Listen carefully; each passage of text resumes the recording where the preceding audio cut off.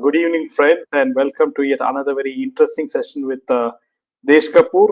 Welcome, Desh. Thank you. Thank you so much, Jaydev.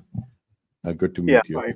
So, Desh, coming to the next point, point is that Delhi, the airport experienced, a lot of delays of 800 flights, and according to certain reports, it experienced rare cases of GPS spoofing where fake satellite signals were transmitted to mislead aircraft about their positions, causing flight diversions and congestion. And this is especially these incidents happen along the India-Pakistan border. So, but they ruled out any cyber attack as such, and they just called it a mere technical glitch. So, what do you make of this? Yeah, I think um, there are a few things that we need to understand here, right? Uh, like right now, what had happened was just before that there was a notum or the issuance of this advisory that the ILS like was coming down, like in the sense that it was being upgraded and will be like there will be an outage. And interestingly, that's when this whole thing happened, and the reason was that the runway. What is sorry? What is ILS? Yeah, if So ILS is the the mechanism that they generally use for the landing systems, right? And like that's how based on like satellite, that's how they interact. So that was down. Uh, so that's when this whole thing like actually started, like this GPS spoofing happened, right? So because of this, ILS or instrument landing system being down, uh, generally that is the one which is the primary mechanism for the entire, ATS. But because it was down, the dependence on GPS had increased, uh, or was the only option, and that's when the spoofing happened. So this entire spoofing, this impact was there around in like over 100 kilometer area. So it was not a small area. So it was a big area, and for a long time, like it was, the entire thing probably lasted a few days, like a couple of days, I think. Like that's what they are saying. The major disruption was, reported over the past few days. That's a phrase that we are using. They're not saying exactly how long it happened, and 350 flights were disrupted in one day itself due to this spoofing thing. Now, I've tried to analyze this in different, like ways and from different sources. Um, so, like, it could not have been done by a satellite, right? So, satellite could not have been used for this because that is not how it works. Because manipulating GPS satellite constellations is not. It's like if it is not impossible, it's not easy, even for the state actors, right? Because the security is pretty high, and the only options that one can have. See, what happens is the the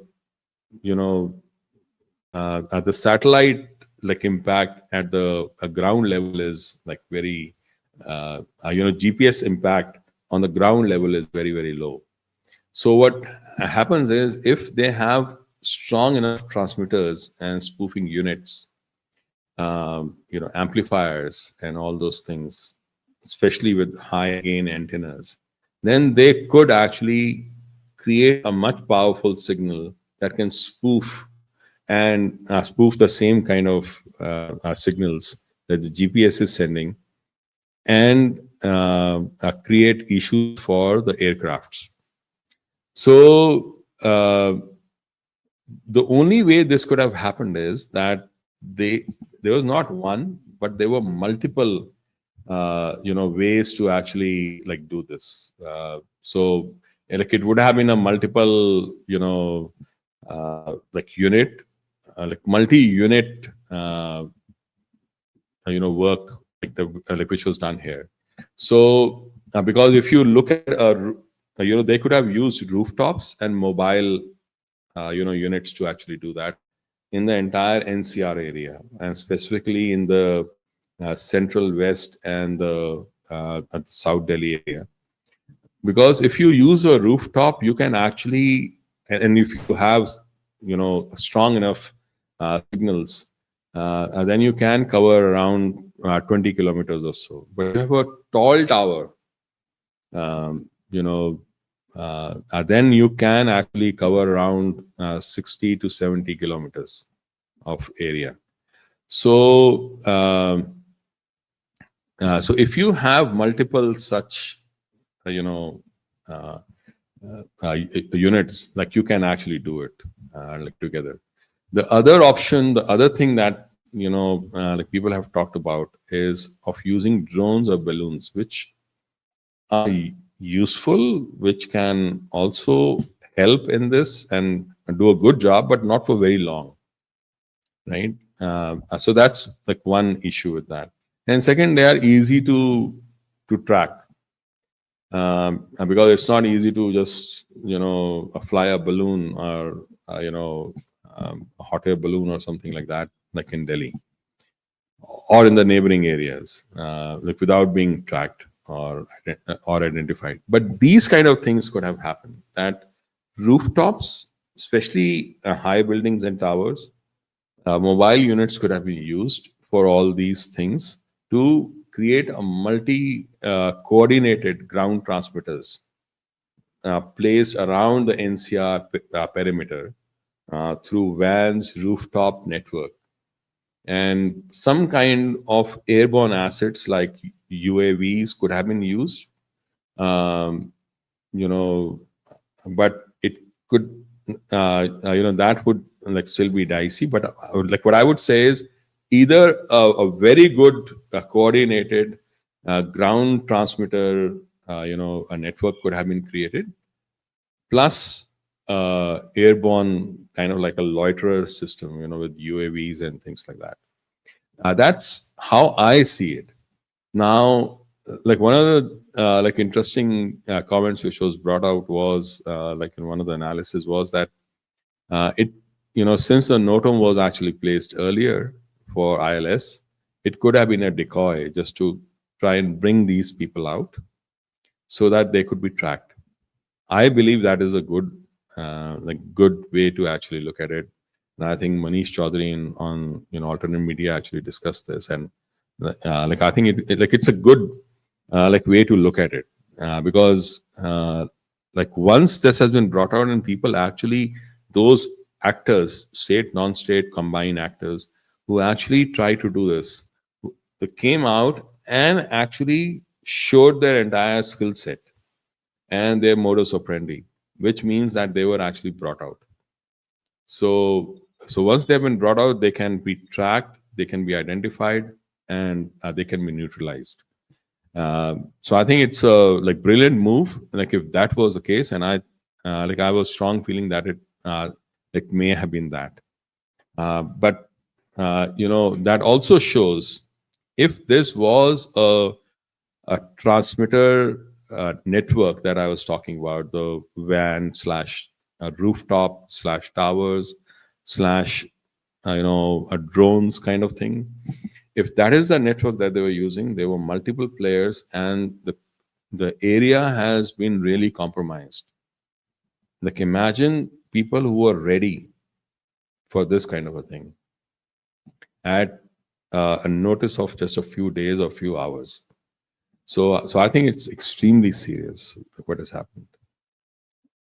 Yeah, also very interestingly, regarding the Ahmedabad Air India crash, the Supreme Court said that no one in the country believes it's the pilot's fault. So the investigation is still going on in that particular Air India crash, and that's very mysterious also again.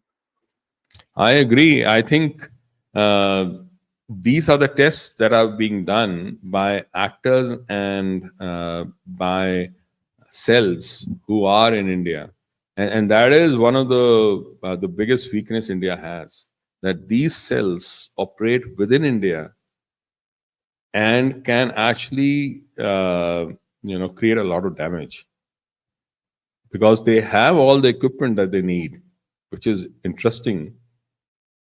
And this equipment is quite strong, quite good, and it can be used to do a lot of things. Now, whether that equipment is Chinese made, US made, Turkey made, like one doesn't know from where it came, how it was procured, who gave it. But like one thing is sure, that there are people and there are equipment of very, very high grade within India, which are being used. Hopefully, the government would have actually identified a lot of those people, a lot of that equipment, and neutralize that now. Yeah, I mean, like one has to wonder whether people like, especially the VIPs and very important people in India, are they safe? When it comes to flying, one always wonders. Right. Because, like, if you remember, CDS Rawat also had that kind of like crash when nobody knew what happened. And so I think, yes, it is an extremely, dangerous thing, especially with Bihar elections coming and, Prime Minister going on different visits. He is a very strong target, we have known. And, like one can only thank like Bhagwan Shiv and the God itself to save him all the time. And like it's just good fortune of India that we have such a leader, and we have such intelligence network which can do this work. Yeah, I mean, like we have intelligence with Israel and Russia. You Correct. have these two countries in your fold. Right, exactly. So the thing is that um the important thing is that we have those countries aligned with us, and they are the ones who keep helping us. But I think most importantly, it's the Indian intelligence itself which has grown so much that it can actually identify such things and act upon it on its own. Like forget about help from Russia and Israel, which is extremely good and helpful for India. But I think on their own as well, they can do a lot of things now. So the Indian intelligence today is not the Indian intelligence of even 10 years back. There's a world of difference. What happened in Operation Sindhu clearly shows that. Like I keep talking about that 45 centimeter vent, to find that, to know where it is, and then to map it act so accurately that one can actually target that, requires immense amount of intelligence, immense, and that too for such a high security, highly important target. So that's why I'm saying that Indian intelligence has grown rapidly and like with a lot of precision. So I think that's how I will see this entire episode. That yes, those people are there because a lot of our state governments, whether it's in Bengal, Kerala, Karnataka, Punjab, they are compromised, and it's very easy for those kind of the governments to actually perpetuate these kind of actors, the non-state actors and elements, and they get a lot of backing as well. So I mean, like when we talk about Congress, we should not forget that a lot of people have said very clearly and openly that they were collaborators in 2611. So basically, when I say look at Karnataka, I see that the collaborators of 2611 are like running the state of Karnataka right now. It's like as simple as that. And collaborators of people who are working in Bangladesh and who are responsible for the genocide of Hindus in like 1971 are running the show in like West Bengal. That is the kind of situation we have in the country today. and there's no running away from that. Like you can't, like we can't just like like act blind. Like we have to just state the way it is. So Right. right, so that is how compromised we are. So it's not implausible to think that there are such actors with the kind of equipment that they're getting already there in India. The idea is the question is, can we neutralize them? Can we identify them and neutralize them within India? That is a question that like we need to ask. You know. Yeah. Yeah. Well, Desh, that was a wonderful session, and we will see you again next week. Thank you for coming. Sure. Thank you so much. Yeah. Jai Hind and Jai Shri Jai, Ram. Jai Shri Ram. Jai Hind.